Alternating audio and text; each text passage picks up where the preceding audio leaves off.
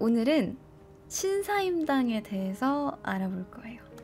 자, 그런데 많은 사람들에게 신사임당에 대해서 물어본다면, 혹은 신사임당이 어떤 인물인가에 대해서 물어본다면 보통 그 5만원 건이라고 대답을 하거나, 그 율곡이의 어머니 라고 하거나, 현모양처 라고 대답을 합니다. 자, 게다가 그 5만원 건에 올라가기까지 상당히 많은 우여곡절이 있었죠. 당시 5만원 건에 올라가는 여성 모델을 누구로 해야 할지에 대해서 언급된 여성 중에는 유관순, 소선호, 선덕여왕, 신사임당, 허난설원 등이 있습니다. 그 중에 마지막까지 유관순이랑 신사임당이 우열을 가리기가 힘들었는데, 신사임당 쪽에 반대하는 사람들의 주장은 이래요. 신사임당이 한 게 뭐가 있어? 율곡이 어머니 아니야? 율곡이의 어머니라는 이유로 채택되는 건 너무 시대착오적인 주장 아닌가? 라고 했습니다. 하지만 결국 5만원 건에 신사임당이 들어가게 되었고, 세계 최초로 모자가 각각 5,000원과 5만원 건 모델이 됐습니다. 자, 그렇다면 이러한 반대파의 의견을 꺾고 여성 최초로 5만원 건에 들어간 신사임당은 과연 무슨 일을 한 걸까요? 율곡이를 키운 것 말고도 신사임당이 한 게 또 있나요? 자, 그래서 오늘 진짜 신사임당에 대해서 알아보아야 하는데 문제가 있어요. 신사임당에 대한 정확한 기록이 별로 없어요. 정말 거의 없다시피 해요. 그나마 있는 기록이 율곡이가 신사임당 사후에 쓴 선비행장 정도입니다.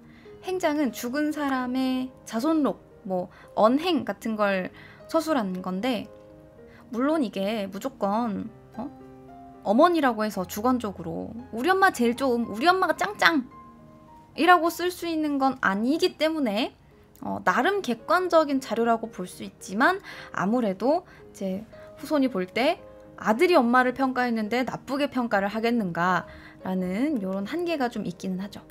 하지만 신사임당이 무슨 자서전을 쓴 것도 아니고 자기 얘기를 많이 하지 않았기 때문에 그 외의 자료는 거의 찾아보기가 힘들고, 여러분이 알고 있는 좀 상당히 풍부한 이야기들 있죠. 그런 것들은 대체로 드라마나 연극의 주제가 되어서 여러 가지 에피소드들이 좀 만들어져서 살이 붙은 것들입니다. 자, 그러면 어쨌든 없는 정보지만 한번 알아봅시다. 이 신사임당에 대해서 알아보려면 가풍을 알아야 되고, 그 가풍을 알려면 외할아버지로 넘어가야 합니다. 자, 외할아버지 가겠습니다. 이 신사임당의 외할아버지는 이사온입니다.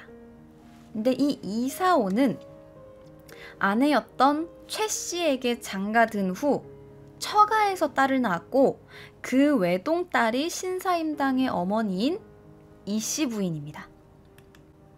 여기서 자꾸 부인이 최 씨, 이 씨 이렇게 돼 있는데, 옛날 기록에는 여자의 이름은 남아있지 않아요.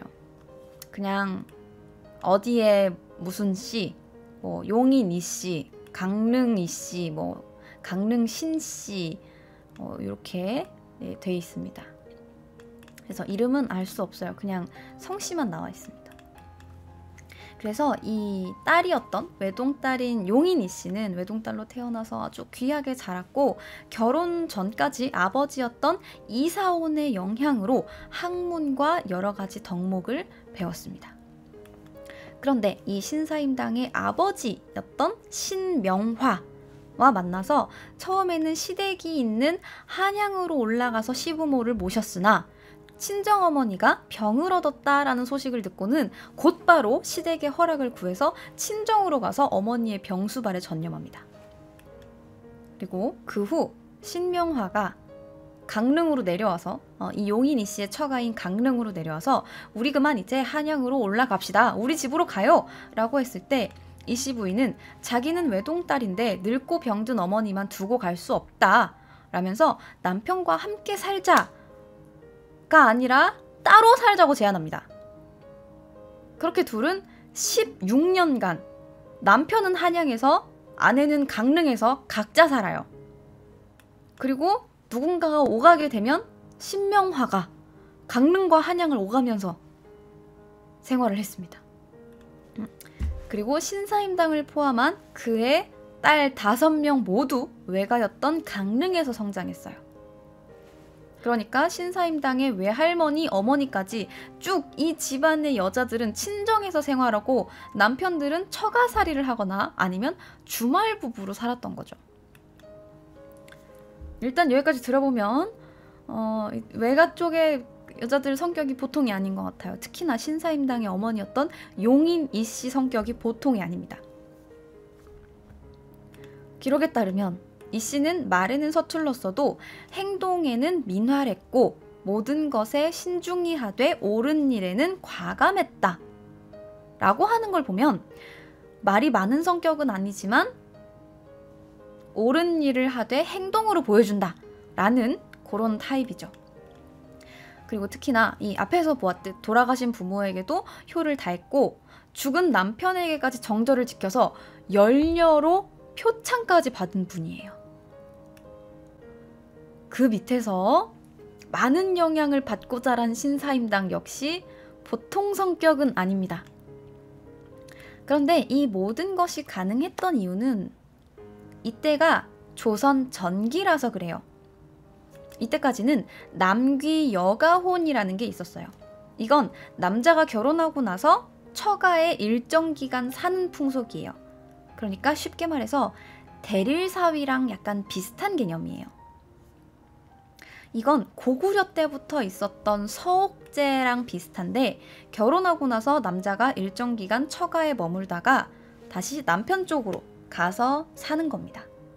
그러니까 장가를 가는 거죠. 장가란 처갓집을 의미합니다. 그래서 결혼하면 장가 간다 라고 하고 여자는 뭐죠? 시집 간다, 시댁으로 간다 이렇게 해서 둘 다 이제 무조건 장가를 간다, 시집을 간다, 장가를 든다, 시집을 온다 이렇게 표현하는 게 아니고 양쪽 표현 모두가 다 있는 거예요. 그래서 이 서옥제랑 비슷한 남귀 여가호는 조선 전기까지 이어졌고 조금 다른 건 남귀 여가혼의 경우에는 처가에 있다가 꼭 남편 집으로 가지 않아도 돼요. 그냥 계속 처가에 눌러 살 수 있어요. 둘 다 오케이를 한다면. 그래서 율곡이도 외가였던 오죽헌에서 출생했죠. 이런 집에서 자란 신사임당 역시 아버지가 본가와 처가를 왔다 갔다 16년 동안 하는 걸 보면서 자연스럽게 이런 문화를 받아들였고 가부장제 사회에서도 친정의 지원 하에 자기가 원하는 일들을 자유롭게 할 수 있었어요. 신사임당의 성취에는 물론 개인적인 능력도 중요했겠지만 자신을 지지해주는 가정 환경 또한 무시할 수 없죠.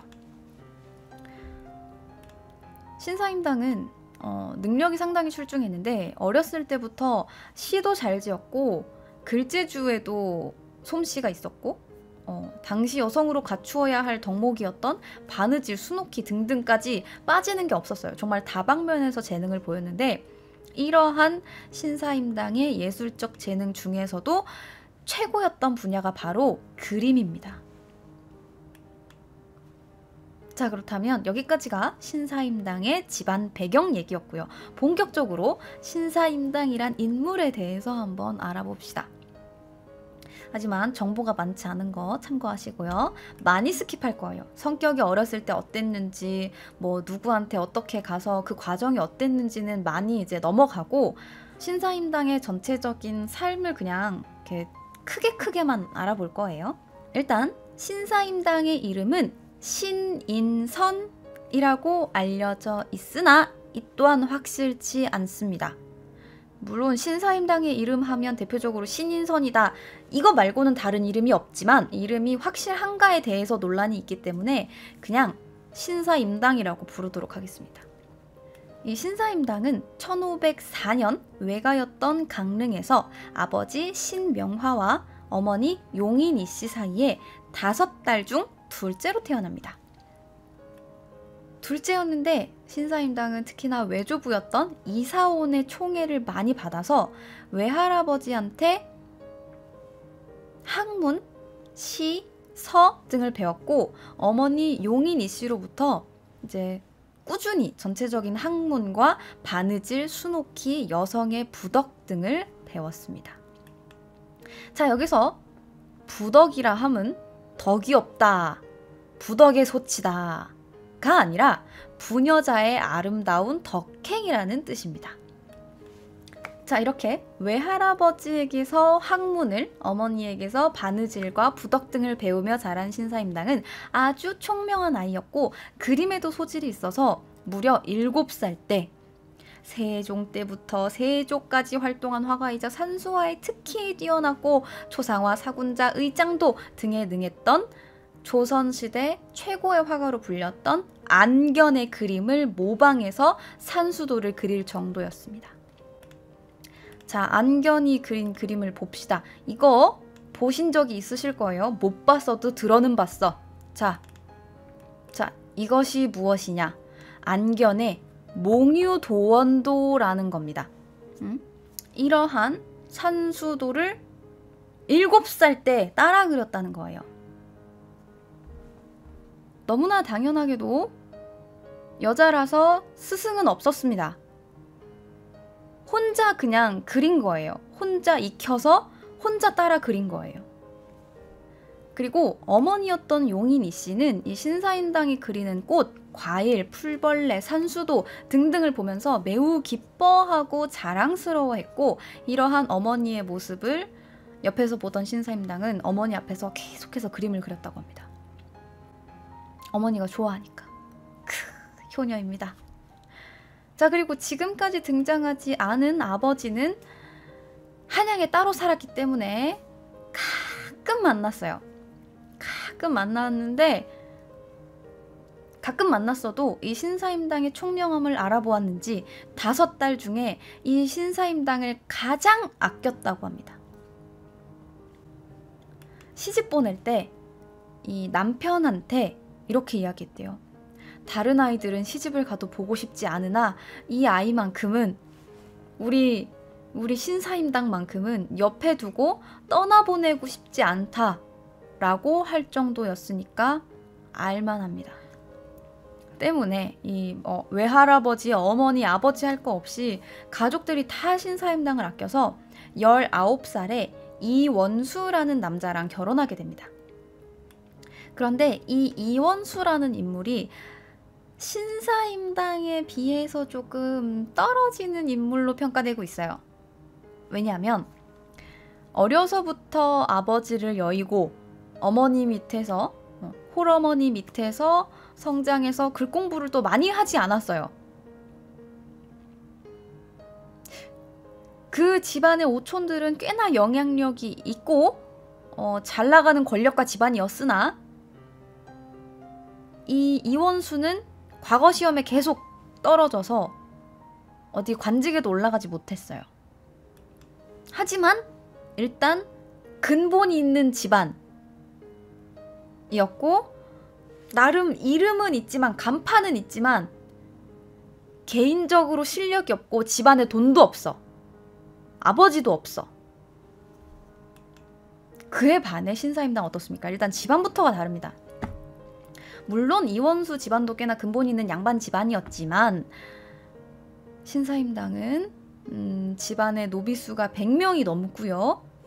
집안의 전답이 45,000평이 넘어요. 개인적인 능력도 신사임당은 시서화 모두에 능했고 학문적으로도 뛰어났습니다.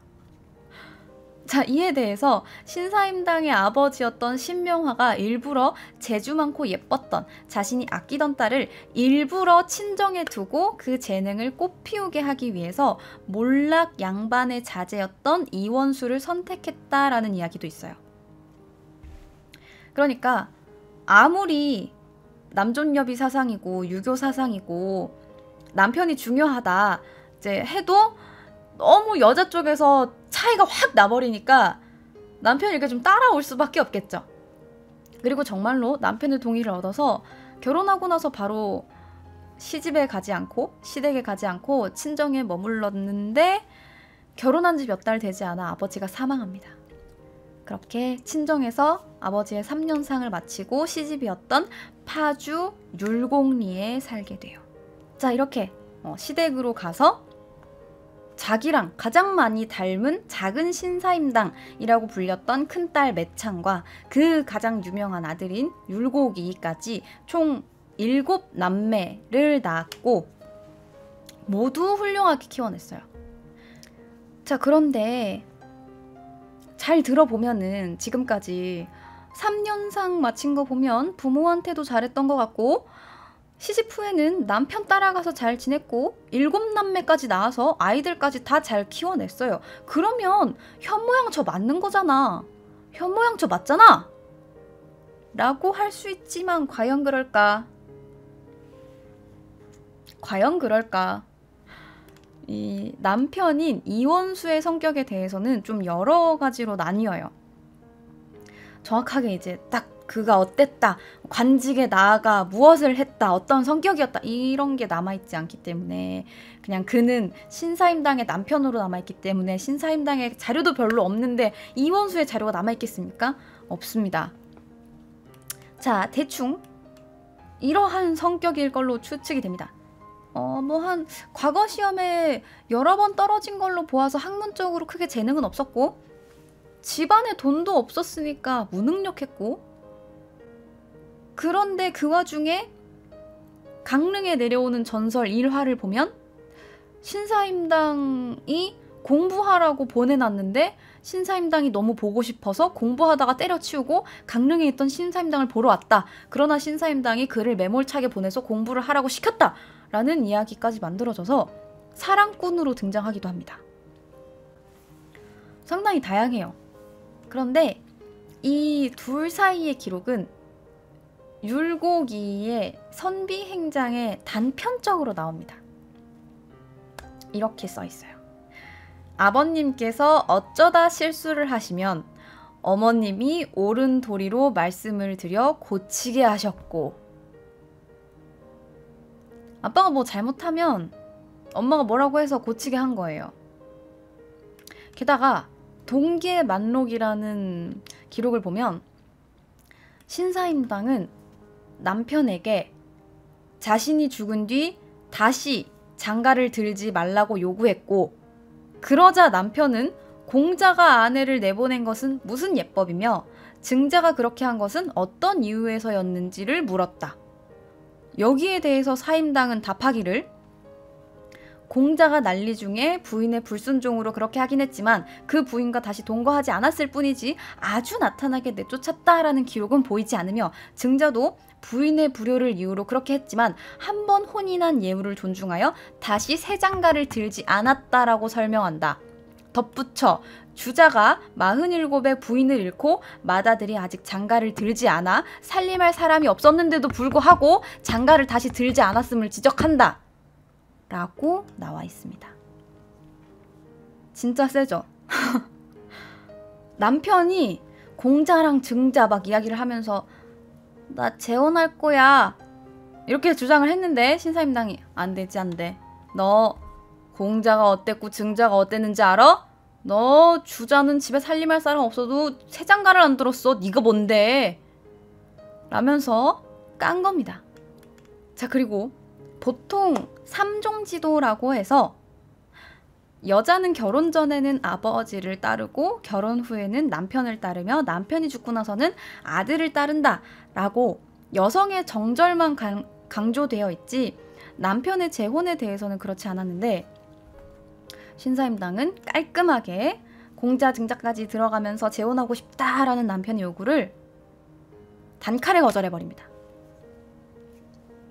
그러면 이 남편은 진짜로 재혼을 안 했을까요? 아니죠? 했지요. 권씨라는 여자를 만나서 사임당이 죽고 나서 집안에 들였는데 성격이 보통이 아니라서 이 신사임당의 아들들과 상당한 문제가 있었고 이를 견디지 못한 율곡이가 신사임당의 3년상이 끝나자마자 금강산으로 도망쳤죠.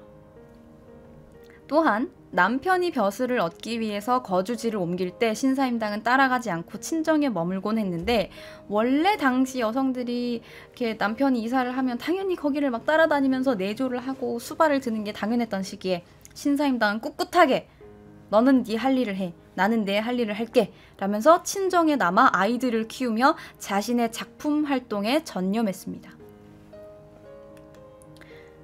자, 여기까지 들어보면 우리가 보통 알고 있는 그 신사임당의 되게 현모양처스러운 모습과 비교해 봤을 때 엄청 파격적인 언행이었는데, 이런 것들이 두드러지지 않은 건 자신의 주체적인 삶을 살면서도 아내로서, 며느리로서의 최소한의 도리는 지켰기 때문일 것으로 보입니다. 기록에 따르면 집안 살림을 할 때 모든 일을 혼자 마음대로 처리하지 않고 반드시 시어머니께 말씀드린 뒤에야 한다. 시어머니 앞에서는 계집종을 꾸짖는 일도 없으셨다. 라는 부분도 있습니다.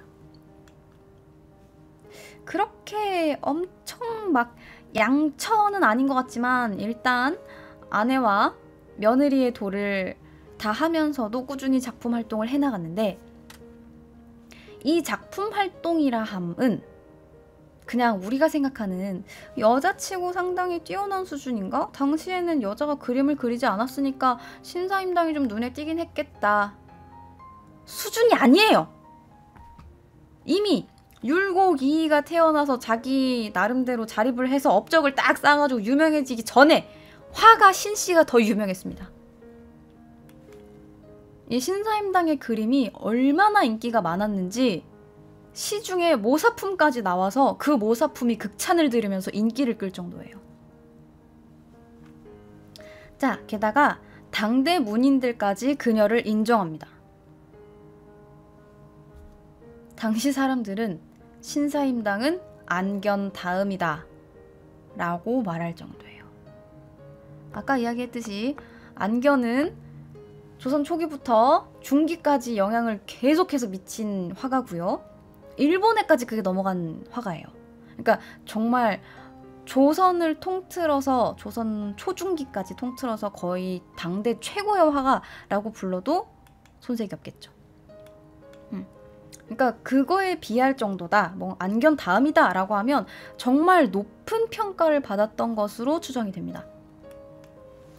이 율곡 역시 자신의 책에서 어머니 신사임당이 7살 때 안견 그림을 모방하여 산수도를 그린 것이 매우 절묘하다 라고 평가했어요. 그러면서 포도의 그림의 경우에는 세상 그 누구도 흉내낼 수 없다라고 했어요. 자, 그래서 신사임당에 대한 평가가 명종 때 어숙권은 신부인은 어려서부터 그림을 공부했는데 그녀의 포도와 산수는 절묘하여 평하는 이들이 안견 다음에 간다고 한다. 어찌 부녀자의 그림이라 하여 가볍게 여길 것이며 또 어찌 부녀자에게 합당한 일이 아니라고 나무랄 수 있느냐라고 하였습니다. 절대 여성으로서 높은 평가, 뭐 율곡이의 어머니이기 때문에 높은 평가를 받는 게 아니라 그냥 그림 그 자체로서 당대 최고의 화가다라고 평가받을 만한 자격이 있었던 거죠. 그 유명한 일화 중에 그런 것도 있죠. 그 신사임당이 그린 풀벌레 그림을 보고 마당에서 먹이를 쪼던 닭이 실제 그 벌레인 줄 알고 그림을 쪼았다라는 그런 일화 유명하죠. 그녀가 그린 풀꽃, 들꽃, 화초, 곤충, 과일 등등의 초충도는 오늘날 한국 미술사에서도 아주 중요한 업적으로 평가가 되고 있습니다. 자, 그런데 이렇게까지 될 수 있었던 데는 아주 의외로 남편 덕이 좀 있었어요. 어느 부분에서 그럴까? 남편이 미술을 가르쳐줬나요? 아니죠. 신사임당은 조용히 규방에서 그림을 그렸습니다. 왕실에 들어가가지고 화원이 된 것도 아니고 돈이 없어서 시장에다가 그림을 내다 판 것도 아닌데 이렇게까지 시장에 모사품이 나와서 극찬받을 정도로 유명해진 건 좀 특이하죠. 아니 도대체 어떻게 알려져서 당대의 문인들이 뭐 그렇게 대단하고 안견 다음이다 라고 평가를 할 수 있었을까요? 이것은 당시 최고 권력가였던 이원수의 오촌 당숙 덕분입니다. 이행과 이기 등이 신사임당의 작품을 보았고 덕분에 그들과 함께하는 이제 학문적 동료들이 신사임당의 작품을 보고 평가를 하여 당대 문인들에게 널리 알린 겁니다. 자, 하지만 이렇게 글씨면 글씨, 시면 시, 그림이면 그림 모두 빼어났고 호가 주나라 문왕의 어머니였던 태임을 본받는다라는 뜻에서 사임당이었던 만큼 자녀 교육도 매우 잘했던 이 팔방미인은 48살에 갑자기 세상을 떠납니다. 종종 아팠다는 기록은 있지만 어디 뭐 크게 지병이 있었다라고 하는 기록은 없는데 그냥 갑자기 48살에 사망한 거예요. 이후 알다시피 이원수는 재혼했고 당시 16살이었던 율곡은 금강산으로 들어가 버렸는데 이 어머니 잃고 새엄마 들어와서 힘들었던 이 시기에 어머니를 대신해준 것이 바로 외할머니였던 이씨입니다. 외할머니였던 용인 이씨 덕분에 관직까지 나갈 수 있었고 관직에 나가서도 외할머니 그 칭찬하는 글이 따로 있어요. 외할머니 막 용인 이씨가 이러면서 자, 이렇게 신사임당의 전체적인 생애를 한번 알아봤어요. 그런데 들을수록 좀 더 이해가 안 되지 않나요? 이렇게까지 율곡이보다 앞서 유명했던 화가 신사임당이 왜 갑자기 어느 순간부터 율곡이의 어머니로만 그려지고 현모양처의 표본이 되면서 무조건 현모양처 하면 신사임당이고 그죠? 좀 이상하죠? 이렇게 유명했던 신사임당이 부덕의 상징으로서 율곡이의 어머니로서만 존경받게 된 것은 17세기 중엽입니다. 자, 근데 왜 뜬금없이 100년 뒤에 무슨 일이 있었죠? 이 조선 후기에 정치 사상계를 장악했던 것이 바로 노론입니다. 근데 이 서인 노론의 중심 인물이 바로 송시열이에요. 그런데 그 서인의 사상적 원류가 바로 율곡이입니다.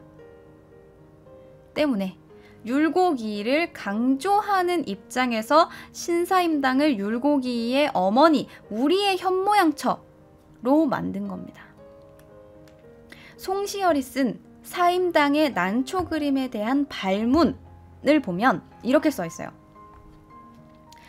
이것은 고 증찬성 이공 부인 신씨의 작품이다. 그 손가락 밑에서 표현된 것으로도 혼연히 자연을 이루어 사람의 힘을 빌려서 된 것은 아닌 것 같은데 하물며 오행의 정수를 얻고 또 천지의 기운을 모아 참 조화를 이루매는 어떠하겠는가? 과연 그 율곡 선생을 낳음이 당연하다. 그러니까 이 신사임당의 재능이 뛰어난데 그 재능을 하늘에서 내렸고 그러한 여인의 밑에 우리의 대단한 율곡이가 태어난 것이다. 이것은 율곡이를 위한 율곡이에 의한 율곡이를 뭐 이런 겁니다. 게다가 우리가 알고 있는 방금 본 그 신사임당의 대표작은 보통 초충도예요. 이런 거. 뭐 이렇게 막 과일 있고 곤충 있고 막 나비 날아다니고 들쥐가 막 수박을 막 갉아먹고 아주 평화롭습니다. 아주 뭐 막 아기자기하고 섬세하고 유려하고 다 좋아요. 좋아요. 그런데 이것 역시 당시 노론과 송시열에 의해 대표작이 바뀐 겁니다. 들으면서 이상하지 않았나요? 원래 신사임당은 7살 때부터 안견의 산수도를 따라 그릴 만큼 산수도에 능했어요. 그래서 당대에도 산수도로 명성을 떨쳤었어요. 그런데 송시열이 이것을 부정적으로 봅니다. 아니, 여자가 어디 감히 그림을 그리러 무슨 산수도를 그린다고? 산에를 간다고? 여자면 조용히 그냥 규방에 앉아가지고 꽃이랑 과일이랑 그런 거나 그릴 것이지. 라면서 신사임당의 대표작을 초충도로 바꿔버립니다. 그런데 이렇게까지 여자가 어디 돌아다니는 거 아주 그냥 뭐 마음에 안 들고 규방에 얌전히 앉아 있어야지 라고 하신 분 치고는 여자가 그림을 그린 걸 인정을 해주십니다.